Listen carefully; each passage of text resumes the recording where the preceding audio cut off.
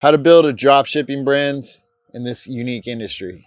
Imagine launching a premium cannabis brand without having to touch any plants or deal with any licenses. That's the power of drop shipping. Understand that at least 50% fail because they don't have the proper foundation in place. So today I'll be going over how to build a profitable drop shipping flower brand so you make money instead of losing hundreds of thousands of dollars. If you don't know me yet, I'm Hi Chris. I've been in this wholesale industry since 2004. That's over 20 years. I also had one of the earliest state distribution licenses since back in 2018 here in California. In addition to that, I built and sold a licensed cultivation facility that I ramped from $0 up to $3 million in the course of 3 years. After selling that successfully, I then launched my brand Zotix in 2022. And Zotix has been in over 100 licensed retail stores in California. I then followed it up with my second brand, Lowski, offering fire indoor for low prices. And I launched that in 2024. Today, I teach cannabis entrepreneurs how to hit $100,000 months in revenue without owning any licenses. We go over how to scale your brands every day on my private free school community. The link's in the bio. I also have a one-on-one guidance program for entrepreneurs in this industry to walk you through getting your brand from the illegal side over to the licensed side so you can do both profitably and have some longevity to your brands for years to come. Step one is to understand the legal framework.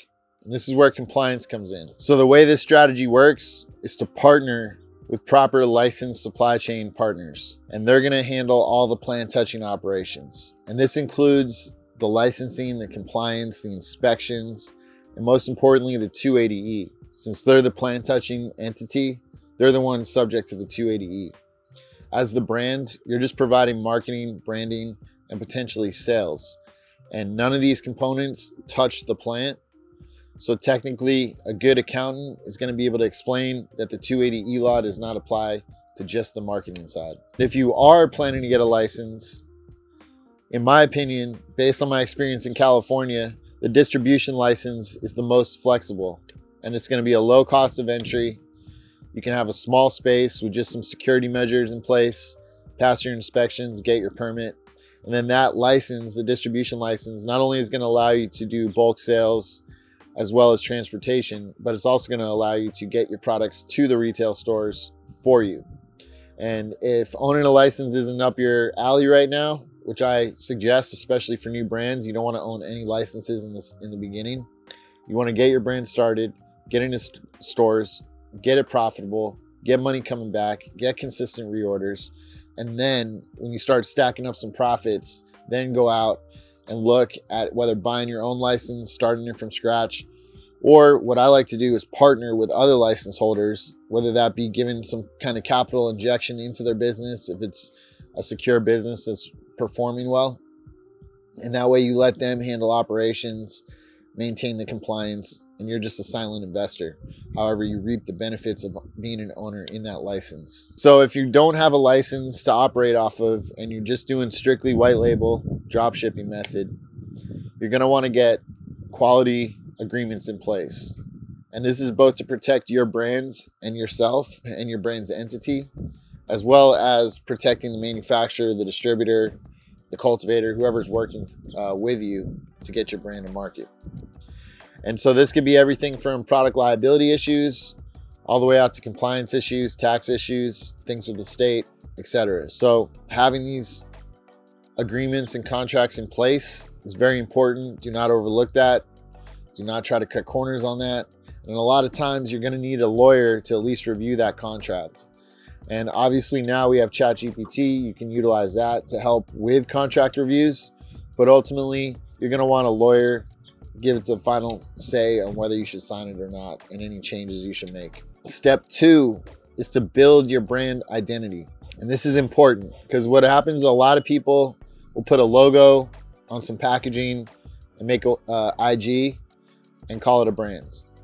And yes, technically it falls under the definition of a brand because you got a logo on some packaging and you're selling stuff, but a brand has so many more elements to it, even more than I can get into in this one video. A good example I like to use is building out your brand foundation, the fundamentals of the brand properly, is just as important as if you're building a house and you're making sure to have an architect draw out the blueprints, build it out to code, have the right inspections happen, have the right contractors that are licensed building it. And that's the equivalent of building out a brand properly versus just doing a logo, some packaging, an IG, maybe even a website. That's a quick do-it-yourself type of way. That's the equivalent of going down to Home Depot, picking up a bunch of 2x4s and some nails and a 12-pack of beer and coming back to the backyard with your buddy and just starting to nail boards together and be like, yeah, we're building a house. How do you think house A, with the architect, with the inspections, with the licensed contractors building it, versus you and your homie just picking up some wood and some nails and building it on the weekend? Whose house do you think is going to come out better? Whose house is going to last longer? Whose house is going to succeed? Whose house is actually going to be profitable when it goes to get sold?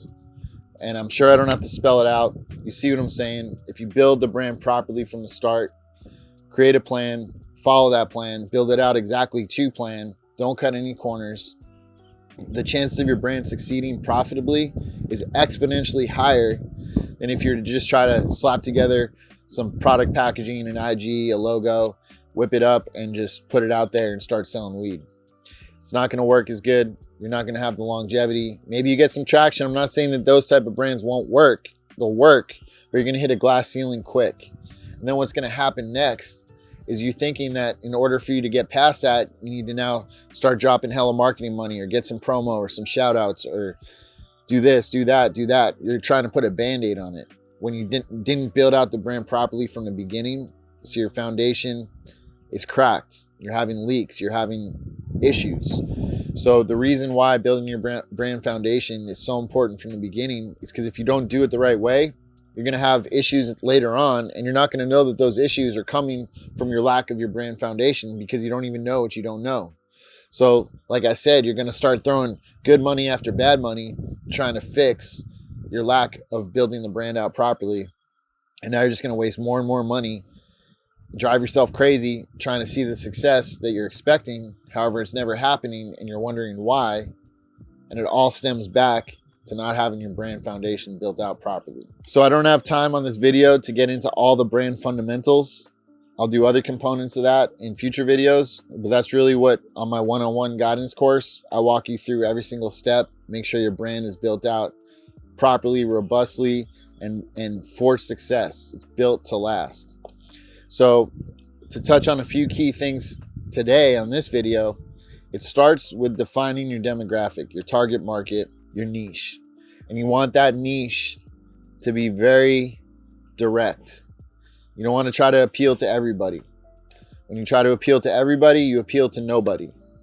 So by appealing to a set defined niche, you're able to speak directly to that niche. You know, what words they respond to, what they like, what they don't like, the problems they're having. You can speak to them. So understand your niche.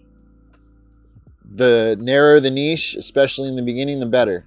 And once you get a narrow niche dialed in and figured out, then start expanding and start branching out to other niches. For example, with Zodix, for over 2.5 years, we've only done 4 strains of flower, and that was it.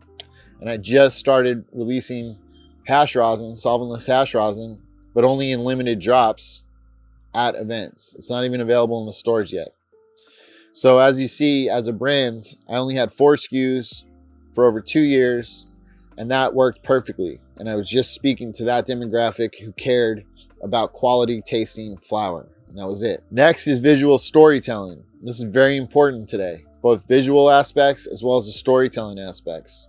And part of that comes from having your brand guidelines built out, your brand identity built out properly, and having a couple of designers on board. You want to have one key designer for your core brand development, and then you want to have another designer to take those components of the brand elements that your main designer made, and now you have your other designer be able to work more flexibly, not have bottlenecks. They can make flyers, menus, event announcements, marketing assets, etc.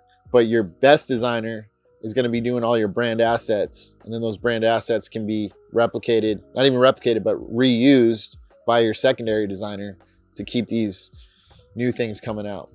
So visual storytelling is super important. And just from my experience, it's important to have 2 quality designers, one for your branding and one for your daily marketing. And yes, you can cross use those, but be definitive on making sure you're not losing bandwidth by that. You want to have your core designer focus on all the important branding elements, and the other one focus on all your ongoing marketing stuff. Next is having an authentic voice. Don't just try to develop a brand because you think that's what the market wants. Have that brand be an extension of yourself, of your personality, be able to embody it, live that life that that brand is about. And that's where true authenticity comes through, the voice of the brands, partaking in the events, being there with the culture, shaking hands, face to face, talking to people. The way that the corporate brands mess this up is they just put money behind it. The heads of the brand are in some offices, just somewhere behind the scenes, just hiding behind a logo. And they just send out some random brand ambassadors that are just getting paid 20, 25 bucks an hour to represent the brands.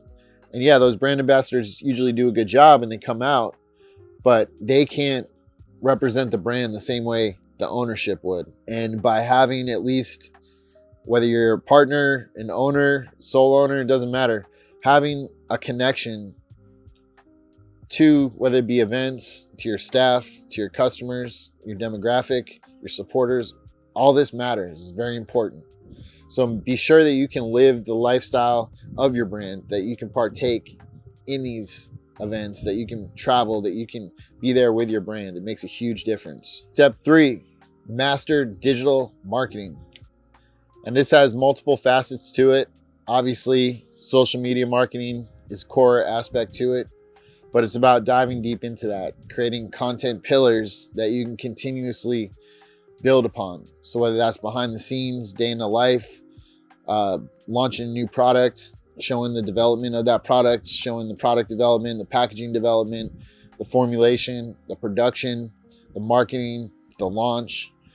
So much content that you can be documenting to put out. And having these different types of content pillars also are plugged into different types of platforms for certain things. So I've gone over this in other videos, but Instagram, you're going to want to focus on just pure organic growth, engaging with other accounts, supporting other accounts, and building your following organically. And this is with short form, reels, regular feed posts, carousel posts, and it's more smaller chunks of content easily consumed by your followers. Another platform, X. It's going to have also more short form content. You can also put long form, but it's more so bite-sized pieces, easily digestible. And on Twitter, the more polarizing you can be, the better. And that's going to repel people that aren't your supporters and attract the people that are your core supporters, that are diehard supporters for you. So be polarizing, stand up for what you believe in, speak on what you believe in, speak against what you don't believe in. And that's the easiest way to become polarizing. Some other content pillars would be education. Just like how I'm doing videos here, educating people, you can educate people about new products, about new product categories. Say, for instance, you could do a video about your brands. Maybe you're dropping gummies. Do some videos on microdosing, on why gummies give you a whole different type of effect than if you just smoke the weed. Why do gummies last longer? Why do they take longer for an onset? What's the benefits of edibles versus smokables? So these are all common questions that people don't understand, and they're going to continue not to understand. And there's plenty of people, even the ones that do understand it, for every one that understands, there's 10 or 20 more that don't understand. So even if you think some of this educational content might be old or people already know this stuff, there's still people that don't know it. So continue putting it out, put it out with quality, make educational stuff that can be tied back to your brand, whether that be product wise, market wise, on a macro scale. You know, the power of cannabis, the healing of cannabis, the potential of cannabis. All these things are educational stuff that your brand can dive into deep. And instead of going wide on things, pick some targets and go deep on them and educate your consumers about that. Another thing is entertainment.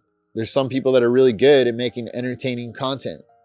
For instance, I just saw this hash brand where they're using, I believe they're using VO3. It's Google's new video generation. And it's funny as fuck. They're basically taking, I don't know if they really built it like this. I'm pretty sure they built the actual hash lab on a pontoon boat and they took it out in the river. And then they basically built upon that. And so they took VO3, which is Google's new AI video generation that includes audio.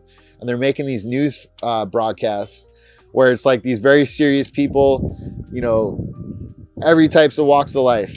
It can even be cops, like all these funny people. And they're just like, yeah, so these kids are driving this pontoon boat with a hash lab down the street. And they got this and that. And they're talking all these technical terms. And he's like, I wouldn't be surprised if blah, blah, blah. It's just hilarious how they're doing this. But it's entertaining. And they're doing it with AI. And it's just an ongoing theme that they're doing. So their cost of production is low. Their engagement is high. It's hilarious. And it's entertaining. So there's very unique ways as a brand you can create entertaining content as well as educational content and even combine the two. And another component of your digital marketing is building a community. And you can build your community online digitally, but you also want to bridge that to the real life as well. And if you can show your community that you're putting on events, whether that be for wellness, whether that be for just entertainment, just a party, new strain drop, taste testing, pheno hunt, all these different reasons to have an event, a party, some sort of community gathering. Even though a lot of your community may be located digitally around the world, the ones that are local for that event can show up and you can showcase that lifestyle. You can document it. You can get interviews, ask people why they like your flower, why they came to the event, why they follow your brand, what about the brands, why they're in the cannabis industry, why they smoke cannabis. All these things, you can basically create an event. You're building your community. You're showing the rest of your followers that weren't able to make it what it is you do as a community in person. Now you're creating the desire for these other people that are seeing it just digitally.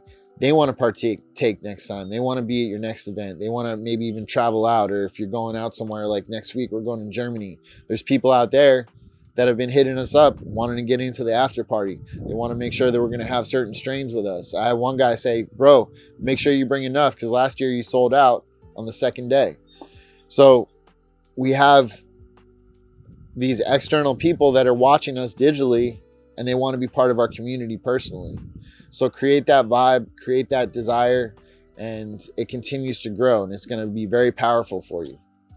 So back to step 4, we want to dial in your supply chain. Make sure your cultivators and distributors that you're getting your flower from have that consistently and they have the price ranges you need.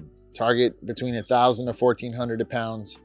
And that's going to leave you enough room for your packaging costs, your testing costs, your distro fees, your sales fees. Also leave a healthy budget left over for marketing and scaling up. So you want to make sure your prices are within the range you need to have them. The quality is there. The consistency is there.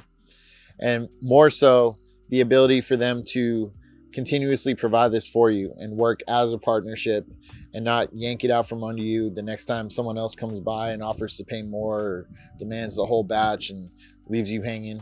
So you need to make sure that you have those relationships in order. Is very important. Next component of this is inventory tracking. Even though you're not touching the plant, you're still responsible for the inventory of it. So the licensed supplier is going to have their own inventory tracking on their side, from cultivator to distributor to manufacturer to retail distributor to retail. They're going to be tracking all the inventory as any business would.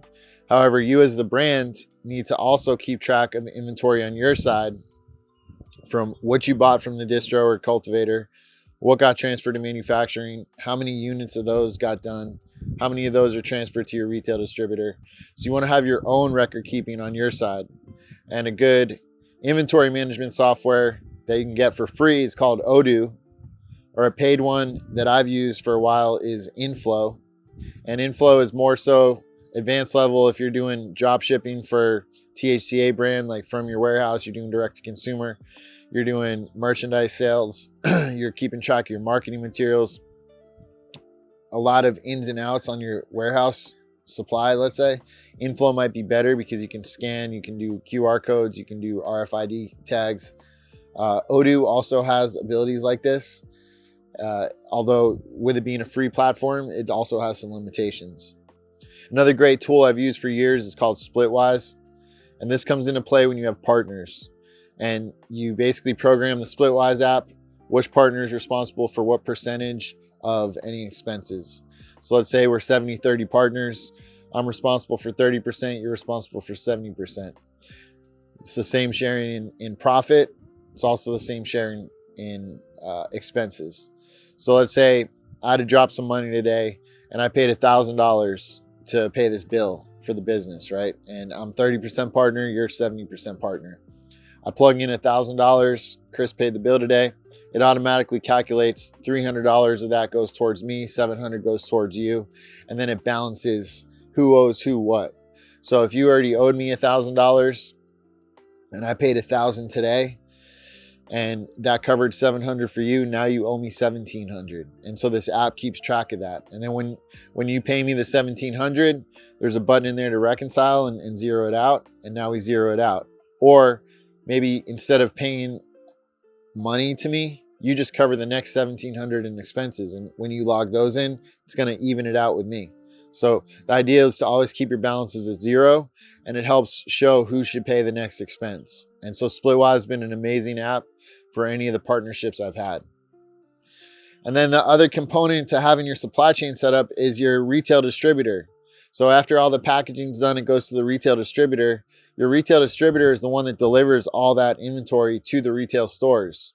So you as a brand, you're focused on branding, marketing, and most likely sales, where you're either handling your sales or working closely with a sales team to get the orders to the retailers. When those orders are placed with the retailers, that gets logged into the distro software.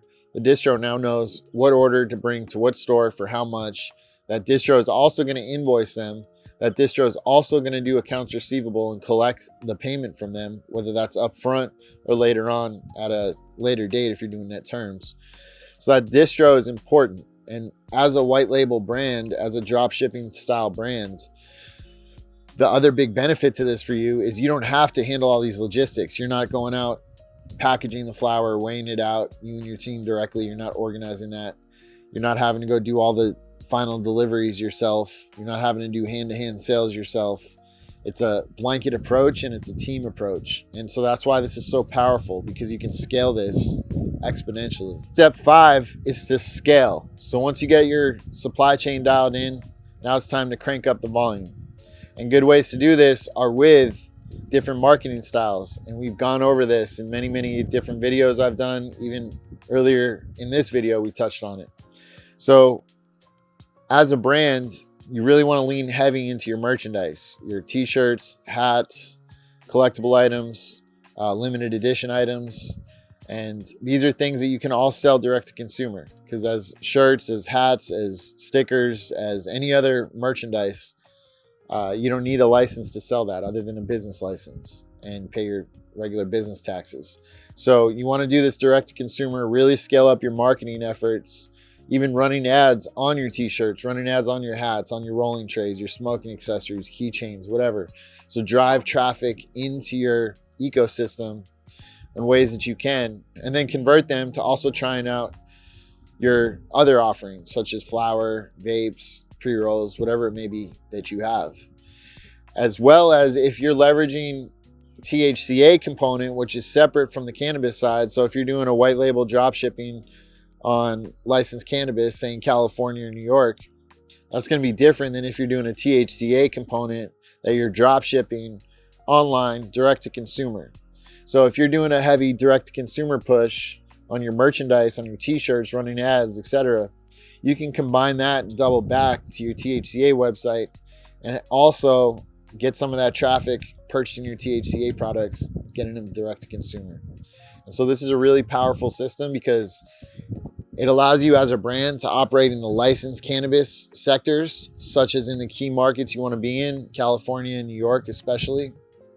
And then it also allows you to partake in the hemp side of things with the THCA market and hit those states that do allow THCA but don't allow licensed cannabis. And so this is a patchwork approach on how to scale your brands nationally and even internationally, because under these THCA laws and hemp laws, there's certain countries that you can get your brand and your products compliantly into. So I have other great videos about doing the THCA component of your brands, how to drop ship that, how to do direct to consumer, how to get the supply chain set up. And if you need additional help with that, I have a one-on-one guidance program. The link is below. And that's where I walk you through the whole steps, figure out what you need, what you don't need, where you're at with your brand. If you need your brand rebuilt, redesigned, designed from scratch, you need logos, packagings, brand guidelines, brand vision, brand voice, brand positioning, brand heritage, brand architecture. All these things are components plus more. There's a lot more to it. We can build out the entire thing for you. Or if you feel confident in your build out, we can just set you up with the supply chain connections, build out your white label supply chain for you in either California or New York, and then also get it into retail store shelves for you and train you on how to run it, how to scale it, how to market it, how to manage it properly. So if that's something you're interested as well, click the link below. All the info's there, and I appreciate the support on all these videos. I'm getting a lot of great feedback that they're helping people. They're helping people to understand the possibilities with their brand, what they can do, how to do it. And the whole purpose of all this free content is so that us as independent brands can take back market share from the corporate brands, and we can actually build this industry the way we want to build it, the way we want to create it, and not just be having to follow the lead of the corporate people. So let's build this industry the way we want, keep the culture alive, keep things moving, and let's make some money while we're doing it, and give our supporters a good time, give them some good brands to interact with. So thanks for watching. Check out my other videos and subscribe to the channel.